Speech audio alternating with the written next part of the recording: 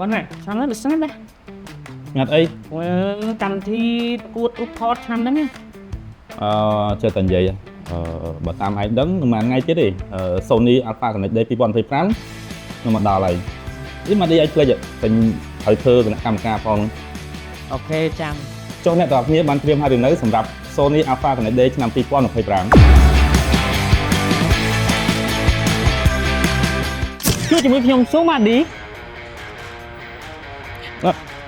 chụp gì mua nhóm cầm sườn ná tôi dương chỉ tu soi chẳng kẹt robot Sony ở Campuchia ហើយបងប្អូនទាំងអស់គ្នាក៏អាចមានឱកាសជួបជាមួយនឹងគណៈកម្មការជាច្រើនរូបទាំងក្នុងប្រទេសនិងក្រៅប្រទេសផងដែរ Alpha Connect Day នៅក្នុងឆ្នាំនេះគឺមានលក្ខណៈខុសប្លែកពីឆ្នាំមុនដោយសារយើងមានប្រធានបទចំនួន3សម្រាប់ថតទី1គឺប្រធានបទ Create Vlog បានន័យថាបងប្អូនត្រូវប្រើប្រាស់កាមេរ៉ា Sony ដើម្បីថតរូបដែលមាន Create Vlog នៅក្នុងកាមេរ៉ាស្រាប់បាទប្រធានបទទី2របស់យើងគឺ Non Create Vlog ប្រធានបទនេះគឺពិសេសសម្រាប់បងប្អូនដែលប្រើប្រាស់កាមេរ៉ាប្រភេទផ្សេង model ផ្សេងហើយចំណែកប្រធានបទចុងក្រោយគឺយើងមានវីដេអូដែលវីដេអូនេះគឺយើងថតជា cinematic video ចុំមានគ្រាទៅលោកទៀតតែថតទៅលឺចាហ្នឹងតើវាថតមិនហើយរូបវាខុសគ្នាពីអាធម្មតាមិន បើតាមឯងដឹង Create Vlog វាជា feature មួយដែលយើងមាននៅក្នុងម៉ាស៊ីនកាមេរ៉ា Sony ស្រាប់ហើយនៅពេលដែលយើងថតគឺយើងប្រើប្រាស់ preset ដែលមានចាប់ពី portrait រហូតដល់ sepia ហើយវាមានស្រាប់នៅលើកាមេរ៉ាដូចជា Sony A1, A1 Mark II, A7 IV, A7R5, A7C2, A6700 ហើយនឹងប្រកូល ZV ទាំងអស់លើកលែងតែ ZV1 និង ZV-E10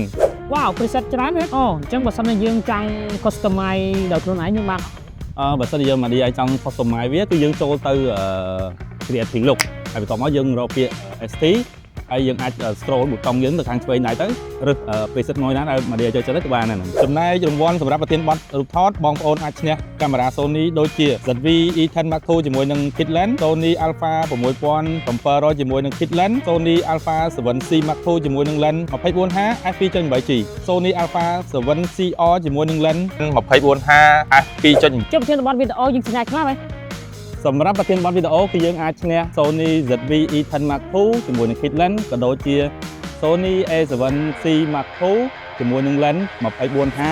f2.8G ជួបគ្នាថ្ងៃទី22ខែមីនានៅអគារ Connection ដោះពេជ្រ